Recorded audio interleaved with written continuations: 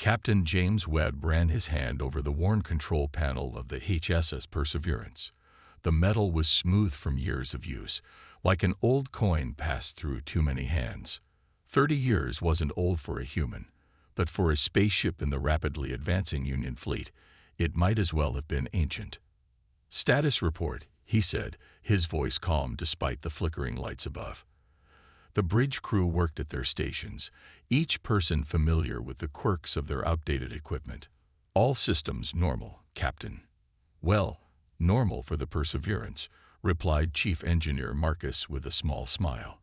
The stocky engineer had served on newer ships before, but none felt like home the way this old cruiser did.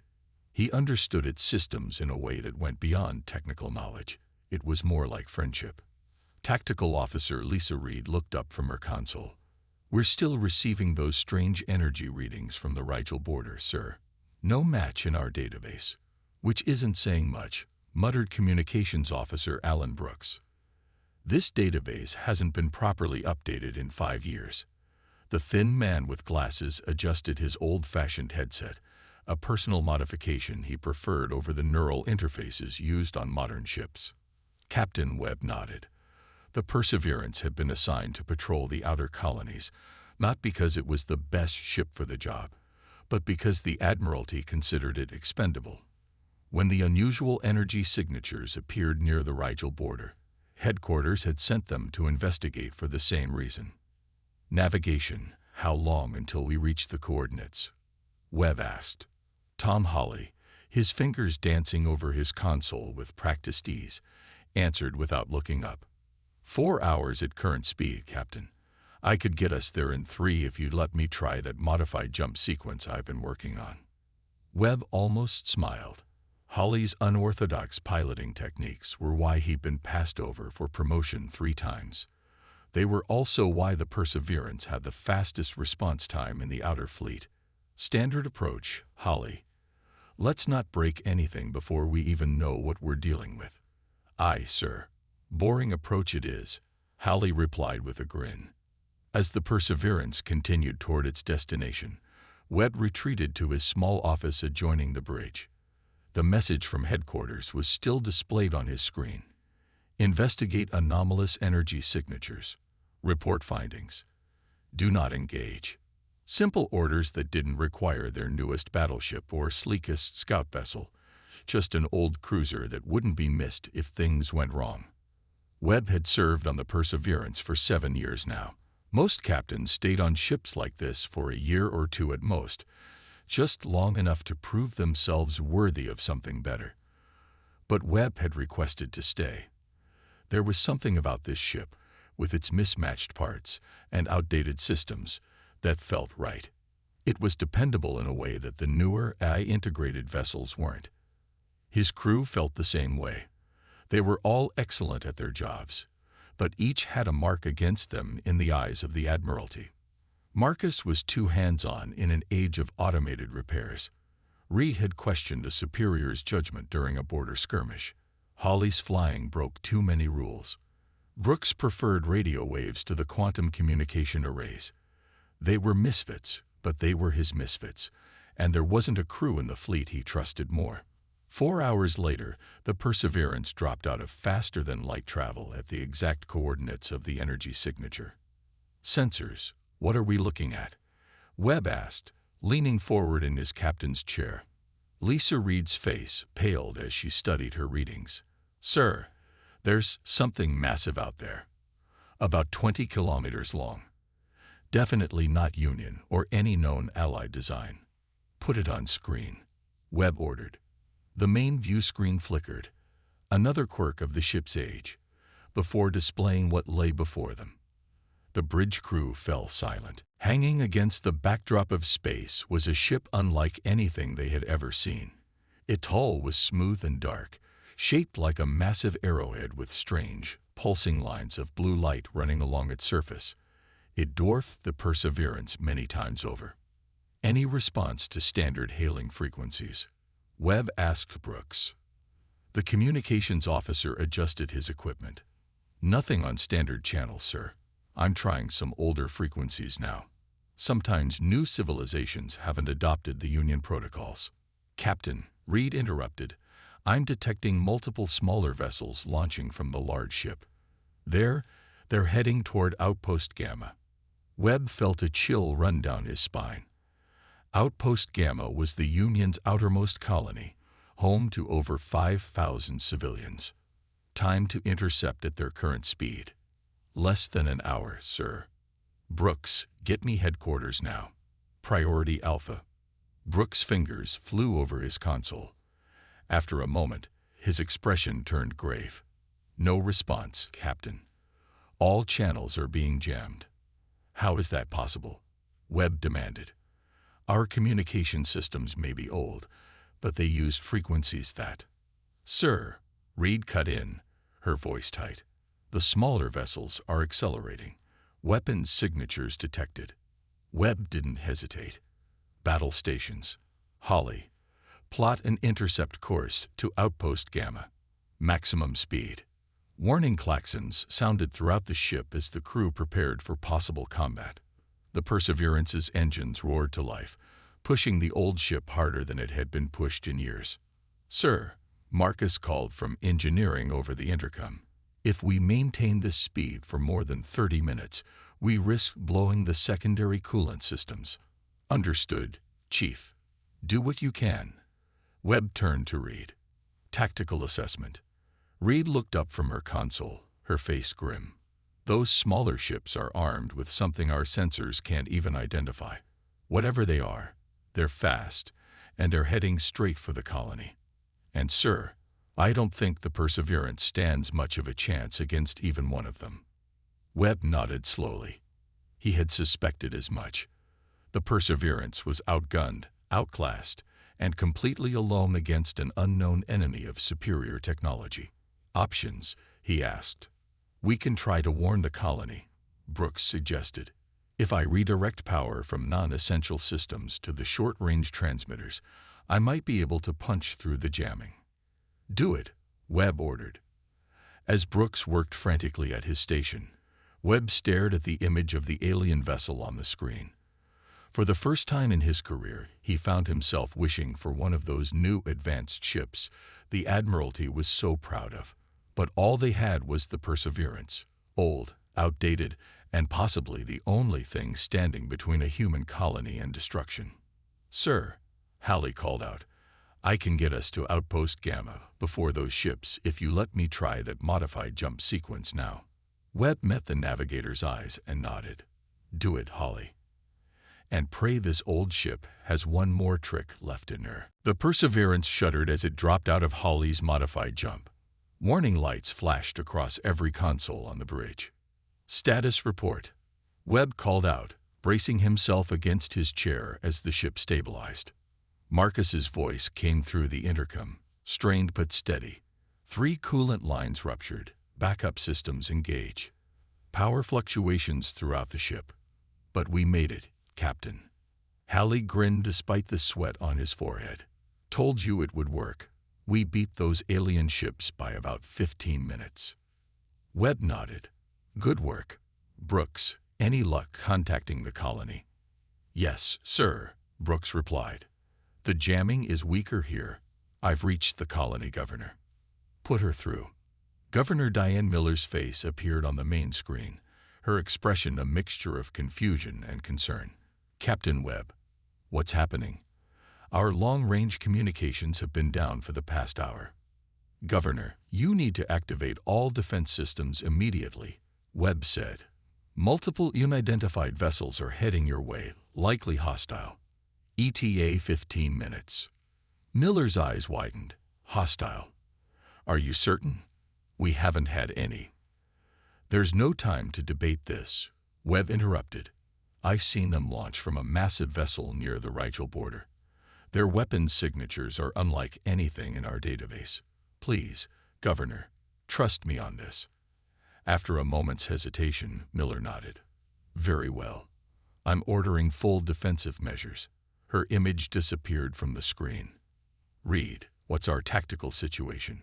Webb asked. Lisa studied her console.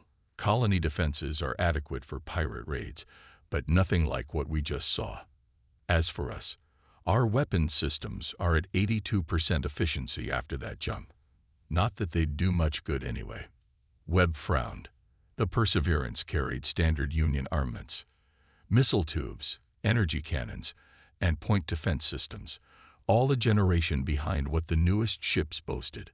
Against an unknown alien technology, they might as well be throwing rocks. "Captain," Brooks called suddenly, "I'm receiving a transmission from the large alien vessel. It's not using any standard protocol, but somehow it's coming through on our oldest receiving equipment." "Put it through, audio only," Webb ordered. A strange voice filled the bridge. It spoke in perfect, unaccented English, but with an odd rhythm, as if each word was carefully chosen. "Human vessel, we are the Varn. We come seeking refuge, not conflict. The smaller ships you detected are not ours. They pursue us. They will destroy your colony as they have destroyed many of ours." Webb exchanged glances with his officers before responding. "This is Captain James Webb of the Union ship Perseverance. If you're not hostile, why are your communications jamming our frequencies?" "Not jamming. Protecting," the voice replied. "The hunters detect standard transmissions. They use them to locate targets." "The hunters," Webb repeated. "You mean the smaller ships heading for our colony?" "They are not ships. They are extensions, parts of the whole. The Xyphor-9 sends them ahead to evaluate and eliminate." Before Webb could ask more questions, Reed interrupted. "Sir, the smaller vessels have changed course. They're heading directly for us now." Webb made a quick decision. "Brooks, tell the Varn ship we're moving to their coordinates. We need more information." He turned to Holly. "Set a course back to the Varn vessel. Best possible speed without frying what's left of our engines." "Aye, Captain," Holly replied, already inputting commands. As the Perseverance turned and accelerated away from the colony, Reed kept her eyes fixed on her tactical display. "The alien ships, or extensions, whatever they are following us. At least we've drawn them away from the colony. Let's hope we haven't just painted a target on our backs for nothing," Webb muttered. 3 hours later, the Perseverance approached the massive Varn vessel. Up close, it was even more impressive and alien.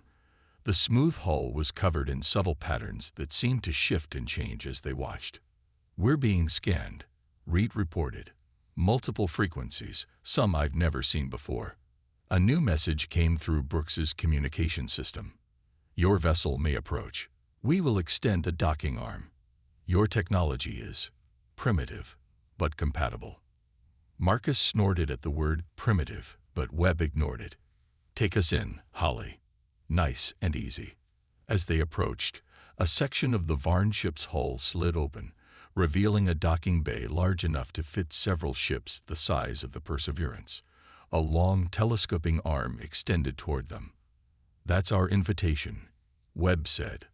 "Marcus, prepare for external docking procedures." "Sir," Reed said quietly, "the pursuing vessels are still about 2 hours behind us, but they're still coming." Webb nodded grimly. "Then we better make these 2 hours count."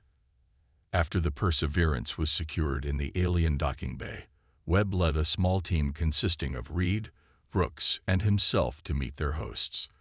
The interior of the Varn ship was brightly lit, with curving walls that seemed to glow from within. They were met by 3 tall, slender beings.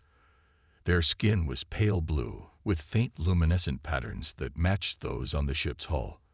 They had 4 arms and large, dark eyes that blinked vertically. The center figure stepped forward. When it spoke, Webb recognized the voice from the communication. "I am Commander Trell of the Varn Collective. We thank you for drawing the hunters away from your colony." Webb introduced himself and his officers. "You mentioned these hunters before. You called them the Xyphor-9. What exactly are we dealing with?" Trell gestured with one of his upper arms, and a holographic display appeared in the air between them.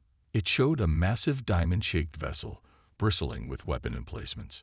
"The Xyphor-9 is not a species, but a weapon," Trell explained. created long ago by a race now extinct. It travels through the galaxy, evaluating civilizations it encounters.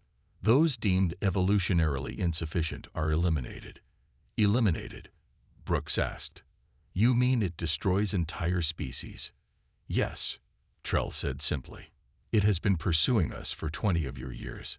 We have lost 11 colony worlds. Webb felt a chill run down his spine. And now it's found humans. Indeed. When we entered your territory seeking refuge, it followed. We did not intend to bring this threat to your people. How do you fight it? Reed asked. Your technology seems far more advanced than ours. Trell's patterns dimmed slightly. Webb guessed it was a sign of sadness or frustration. We cannot.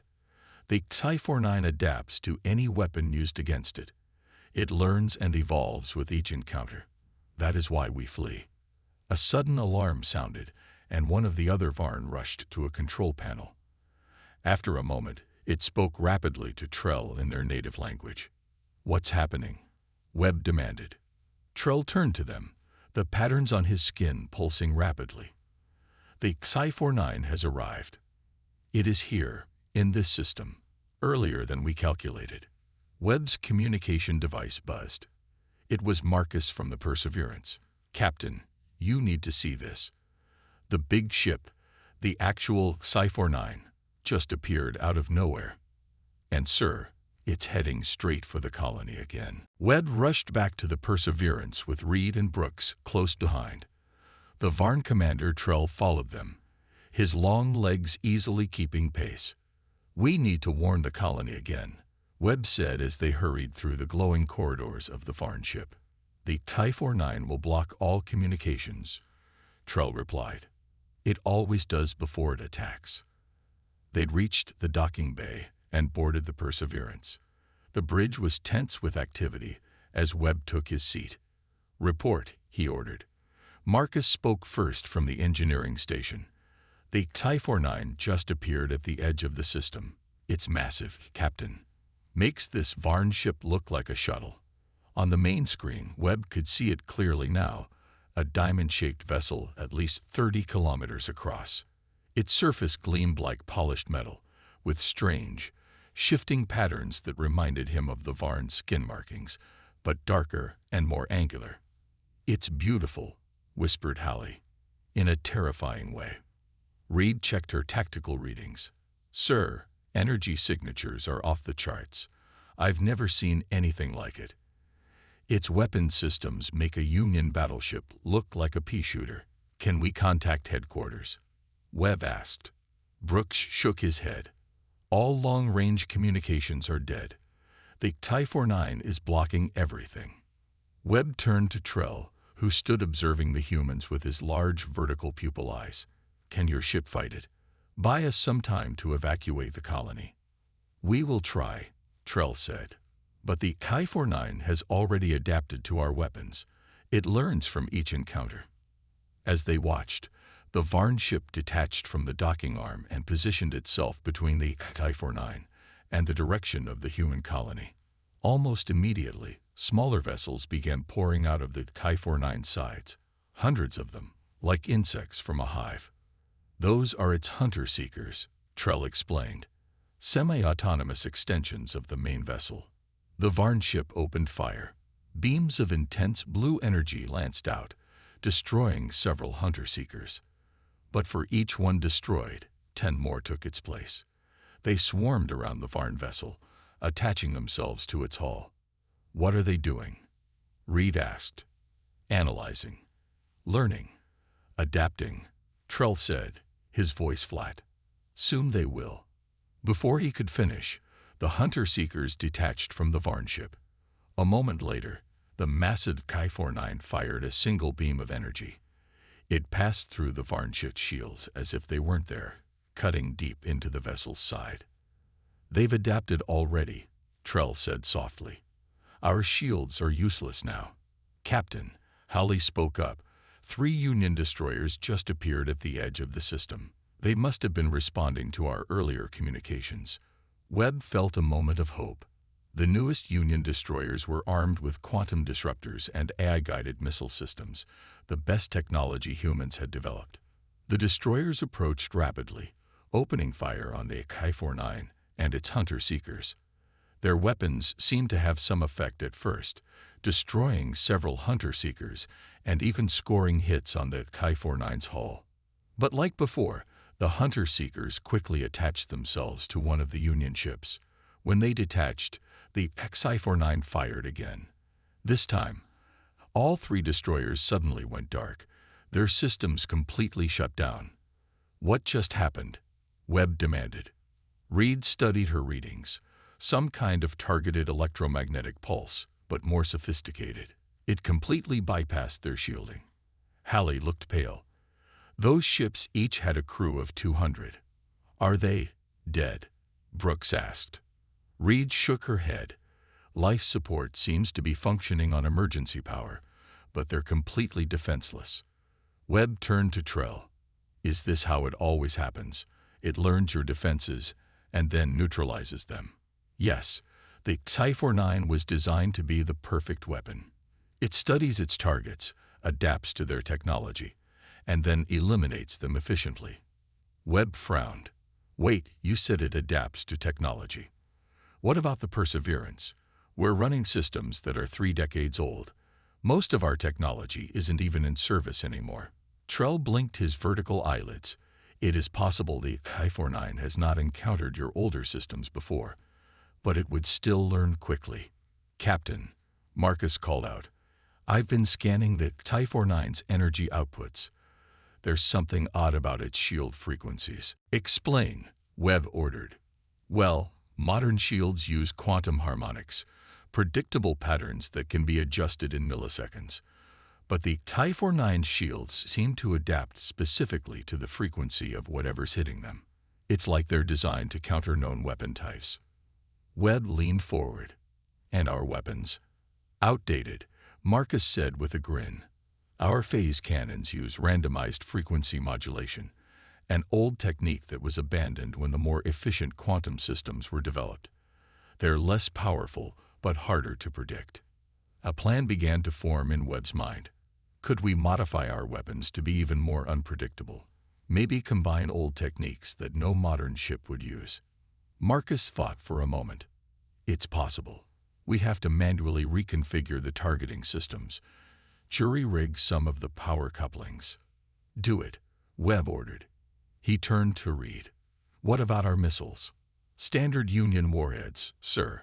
But the guidance systems are the older Mark IV type. Can we alter their detonation patterns? Make them less predictable? Reed's eyes lit up with understanding. We could disable the standardized detonation sequences and program them to explode in random patterns.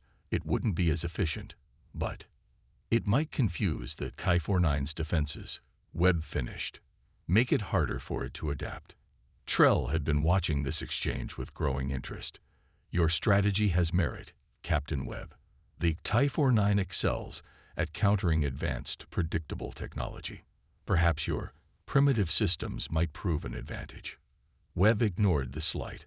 Holly, plot a course that will draw the Xyphor-9 away from both the colony and the disabled Union ships.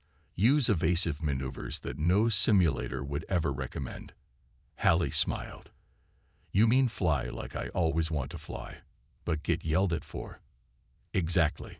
Brooks, send a message to the colony using our oldest radio frequency. Tell them to power down all advanced systems and rely only on older technology if they have it. What about the Varn ship? Reed asked, looking at Trell. We are damaged but functional, Trell replied. If your plan has any chance of success, we will assist you. Webb nodded. Everyone to your stations. Marcus, Reed, you have 2 hours to make those modifications. After that, we're taking the fight to the Xyphor-9. As his crew rushed to their tasks, Webb studied the massive alien weapon on the screen. The Perseverance was old, under-equipped, and considered obsolete by modern standards. But sometimes, the oldest tools were the ones you needed most. Sometimes, being outdated might just be exactly what was required. 2 hours later, the bridge of the Perseverance had transformed. Open panels exposed circuitry that hadn't been modified in decades. Cables snaked across the floor, connecting systems that were never designed to work together. Marcus wiped sweat from his forehead as he closed the final panel. "It's done, Captain. I've rewired our phase cannons to fire with completely randomized frequency patterns. No two shots will be the same." Reed looked up from her station. "Missiles are ready too. I've disabled the standard detonation sequences and replaced them with a random pattern generator based on atmospheric static. Even I can't predict when or how they'll explode." "What about our shields?" Webb asked. "That's the interesting part," Marcus replied. "I've cross-connected our old deflector grid with the emergency backup systems. It creates a kind of layered defense.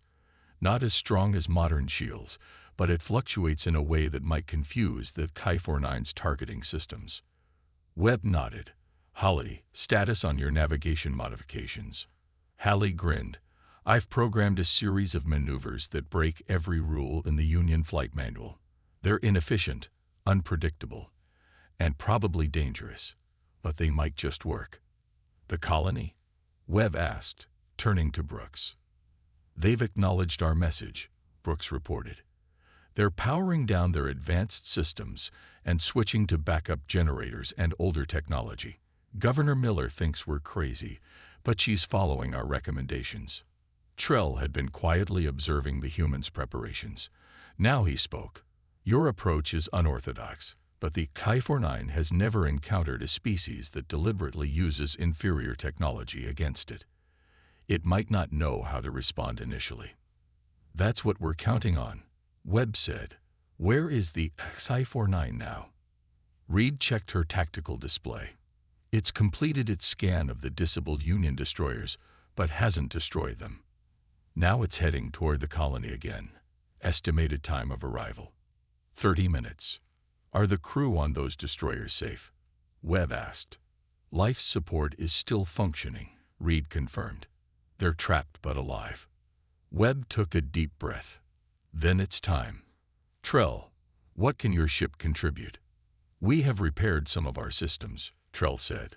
"We can provide a distraction, though our weapons will be ineffective now that the Xyphor-9 has adapted to them." "That's all we need," Webb said. "Everyone to battle stations. Holly, set an intercept course." As warning klaxons sounded throughout the ship, the Perseverance turned toward the massive alien weapon. On the tactical display, Webb could see the Varn ship moving to flank the Xyphor-9. "This is it," Webb said quietly. "Brooks, open a channel to all hands." When Brooks nodded, Webb spoke. "This is the captain. We're about to engage an enemy unlike any humanity has faced before. The Union's newest ships couldn't stop it. The Varn's advanced technology couldn't stop it. But we have something neither of them had: a ship too old to be predictable. The Admiralty may call the Perseverance outdated, but today, that's our greatest strength. Stand by your posts. Trust your training. And remember, sometimes the old ways are the best ways." Webb out. He looked around at his bridge crew. Their faces showed determination mixed with fear. They knew the odds. "Weapons range in 3 minutes," Reed reported. The main screen showed the Xyphor-9 growing larger as they approached. Its diamond shape gleamed against the blackness of space, beautiful and deadly. "Sir," Brooks called suddenly, "I'm receiving a transmission from the Xyphor-9." Webb's eyebrows rose in surprise. "Put it through." A cold, mechanical voice filled the bridge.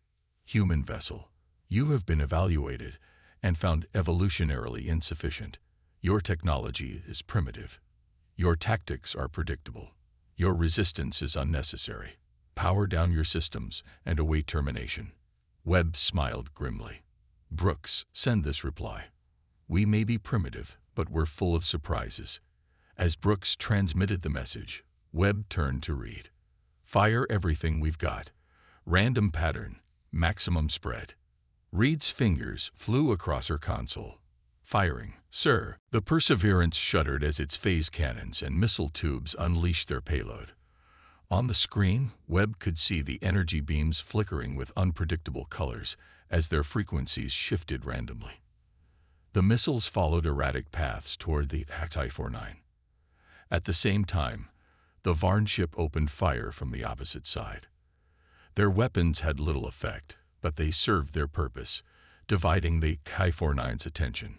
Most of the Perseverance's weapons dissipated against the Xyphor-9's shields, but a few missiles and energy beams penetrated, causing small explosions across its hull. It worked, Marcus exclaimed. Our randomized frequencies got through. Reed studied her tactical display. The Xyphor-9 is launching hunter-seekers. At least 50 heading our way. Evasive maneuvers, Webb ordered. Hallie, show us what you can do. Hallie's hands danced across his controls. The Perseverance lurched sideways, then spun in a way no modern navigation computer would ever recommend. The inertial dampeners struggled to keep up, and everyone on the bridge had to grab hold of something to stay upright.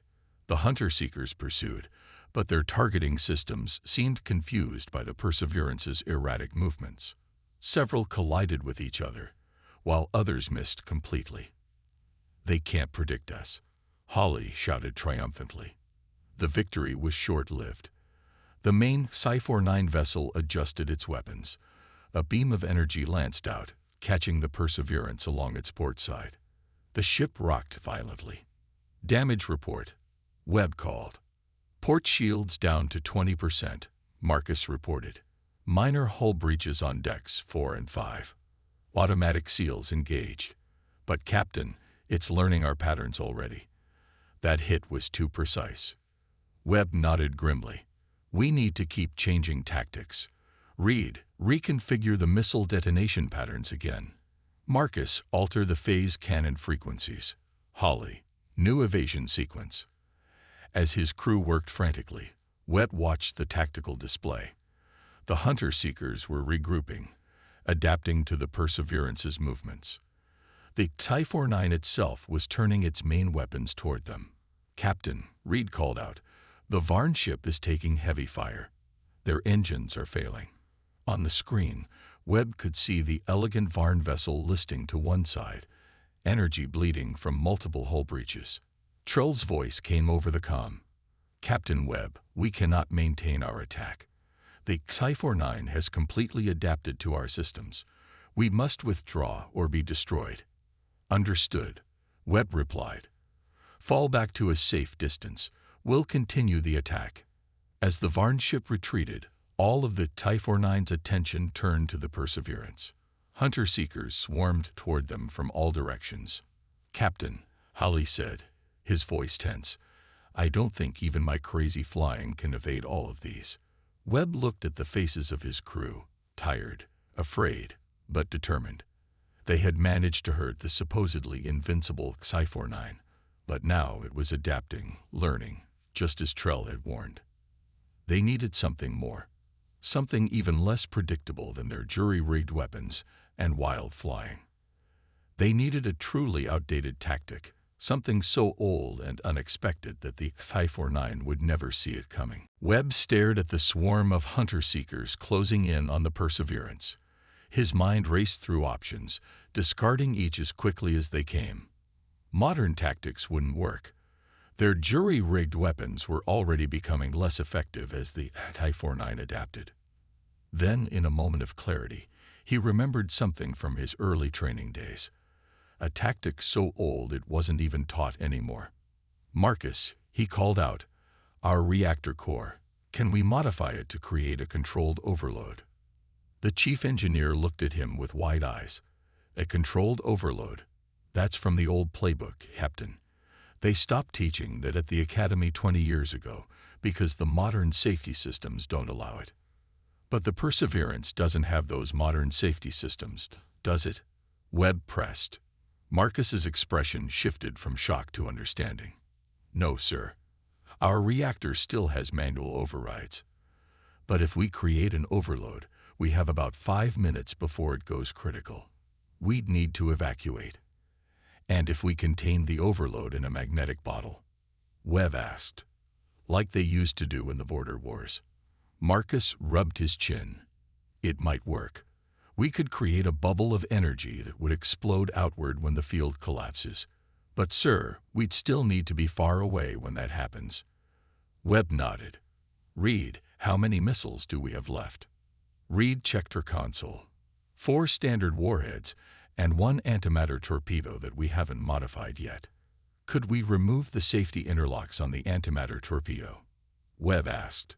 Make it unstable. Reed's eyes widened as she caught on to his plan. Combine an unstable antimatter warhead with a reactor overload. Sir, that would create a subspace disruption unlike anything in the tactical database. The blast radius would be enormous and completely unpredictable, Webb added. Something that Xyphor-9 might not be able to adapt to quickly enough. He turned to Holly. Can you plot a collision course with the Xyphor-9's central section, and then get us out before detonation? Holly hesitated. I can plot the course, but getting out, with all those hunter-seekers, and in less than 5 minutes. I don't know. A heavy silence fell over the bridge. Webb looked at each of his officers. They all understood what he was suggesting. A suicide mission. I'll stay and pilot, Webb said finally. The rest of you evacuate in the shuttles. With all due respect, sir, Holly replied immediately. No one can fly this bucket of bolts better than me. If anyone's staying to pilot, it should be me. I need to stay too, Marcus added. Someone has to monitor the reactor overload and make sure it's contained until the right moment. Reed nodded firmly. And I need to modify the antimatter torpedo. It's not something that can be automated. I should stay as well, Brooks said, to jam the Xyphor-9's attempts to scan our systems and figure out what we're doing. Webb looked at his crew with pride. Without hesitation, they had volunteered to risk everything. This was why he had chosen to stay with the Perseverance all these years. Not because of the ship, but because of the people who served on it. All right, he said. Let's do this. Send the rest of the crew to the escape pods. Program them to rendezvous with the Varn ship. Trell might not understand our technology, but he'll understand sacrifice. As klaxons sounded and most of the crew headed for the escape pods, Webb and his senior officers worked frantically. Marcus diverted power to the engineering section to begin the reactor modifications. Reed rushed to the weapons bay to work on the antimatter torpedo. Brooks set up interference patterns to mask their activities from the Xyphor-9 scanners. The Perseverance shook as hunter-seekers began attaching themselves to its hull. But Webb had expected this. Let them analyze all they wanted. They would find a ship preparing for its own destruction, something their logic might not comprehend until too late. Sir, Brooks called out, the last of the escape pods has launched. The Varn ship is moving to retrieve them. Good, Webb replied. Open a channel to Trell. When the Varn commander's face appeared on screen, Webb spoke clearly. Commander, please ensure our crew's safety. And when this is over, tell the Union what happened here. Trell's large eyes blinked solemnly. We will remember your sacrifice, Captain Webb. The Perseverance will not be forgotten. As the communication ended, Marcus reported from engineering. Reactor overload sequence initiated, Captain. 4 minutes to critical mass. Reed's voice came next over the intercom. Antimatter torpedo modified. Safety interlocks disabled. It's highly unstable now, sir. Load it into the main launcher, Webb ordered. Set for manual detonation. Halley's fingers danced across his console. Collision course plotted, sir. Targeting what appears to be the Xyphor-9's central control node. Execute, Webb commanded. The Perseverance's engines roared to life, pushing the old ship directly toward the massive Xyphor-9. Hunter-seekers clung to their hull, still trying to analyze and adapt to whatever the humans were planning. 3 minutes to critical mass, Marcus reported. The ship's lights flickered as power was diverted to contain the building energy in the reactor. Hunter-seekers are disengaging, Reed noted with surprise. They're returning to the Xyphor-9. It senses the danger, Brooks said. It's trying to adapt, to prepare defenses. The Xyphor-9 began to move, attempting to turn its massive bulk away from the approaching human vessel. But it was too slow. The Perseverance, small and nimble by comparison, adjusted course to stay on target. 2 minutes, Marcus called out, his voice steady despite the sweat on his face. The main screen showed the Xyphor-9 growing larger by the second. Energy beams lanced out from its surface, scoring hits on the Perseverance's hull. Damage reports flooded in from all decks. Shields failing, Reed reported. Hull breaches on multiple decks. Stay on course, Webb ordered. 1 minute, Marcus said. Halley looked up from his console. Sir, we should head for the escape shuttle now. I've programmed the final approach. The autopilot can handle it from here. Webb nodded. Let's go. The 4 officers raced through the shuddering corridors of the Perseverance toward the last remaining shuttle. Explosions rocked the ship as the Xyphor-9's weapons found their mark. A support beam collapsed, blocking their path. Find another way, Webb shouted above the noise. They detoured through the mess hall, then down an emergency access ladder. 30 seconds remained when they reached the shuttle bay. The small craft waited, its hatch open. One by one, they climbed aboard. Hawley took the controls, his hands moving with practiced speed. Launch, Webb ordered as the countdown reached 15 seconds.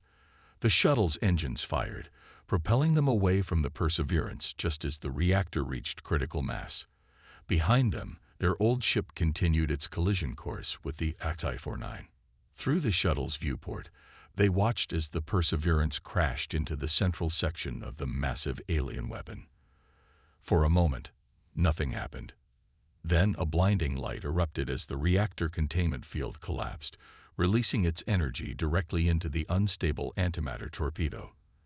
The resulting explosion was unlike anything they had ever seen, a sphere of pure energy that seemed to fold space itself around the Xyphor-9.